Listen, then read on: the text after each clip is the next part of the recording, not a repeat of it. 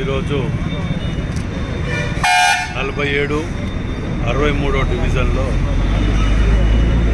Kadipikonda bridge కొంచెం పాతదైపోయి కొద్దిగా దానికి ఇబ్బందులు ఉండటం వలన అదొకటి. అదేవిధంగా 63వ డివిజన్లో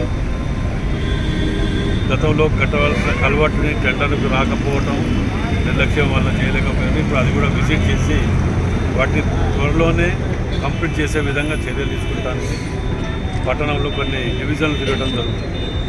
ప్రజాపాలనలో భాగంగా ప్రతి డివిజన్, ప్రతి గల్లీలో తిరుగుతూ ఆ సమస్యల మీద, గతంలో ఉన్న సమస్యలు అక్కడికక్కడ పరిష్కారం చేసుకుంటూ వాటికి శాంక్షన్స్ కూడా ఇచ్చుకుంటూ మరి ఇంకా 2-3 రోజులలో ప్రతి డివిజన్కు స్టార్ట్ చేస్తుంది.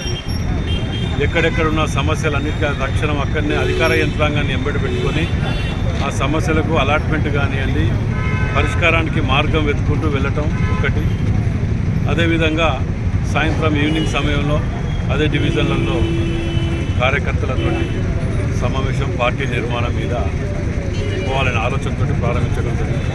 అందులో భాగంగానే ఇవాళ 47వ డివిజన్, 63వ డివిజన్ రావటం జరిగింది. మరి ప్రజలు కూడా అందరూ సహకరించాలి. మన అభివృద్ధికి అందరూ మనిషికి చెయ్యి వేసి తోడ్పాటుగా ఉండాలి. కొందరికి ఇబ్బంది అయినా, నువ్వు 5 గురించి 95 మందిని ఇబ్బంది పెట్టలేము కాబట్టి 5, 10 మంది అయినా సహకరించడానికి ప్రయత్నం చేయాలని చెప్పి విజ్ఞప్తి చేస్తున్నా. వారికి నష్టం జరిగినా వారికి ఆల్టర్నేట్గా ఏదైనా ఏర్పాటు చేసే ప్రయత్నంలో మేము ఉన్నాం కాబట్టి సహకరించాలని విజ్ఞప్తి చేస్తున్నాం.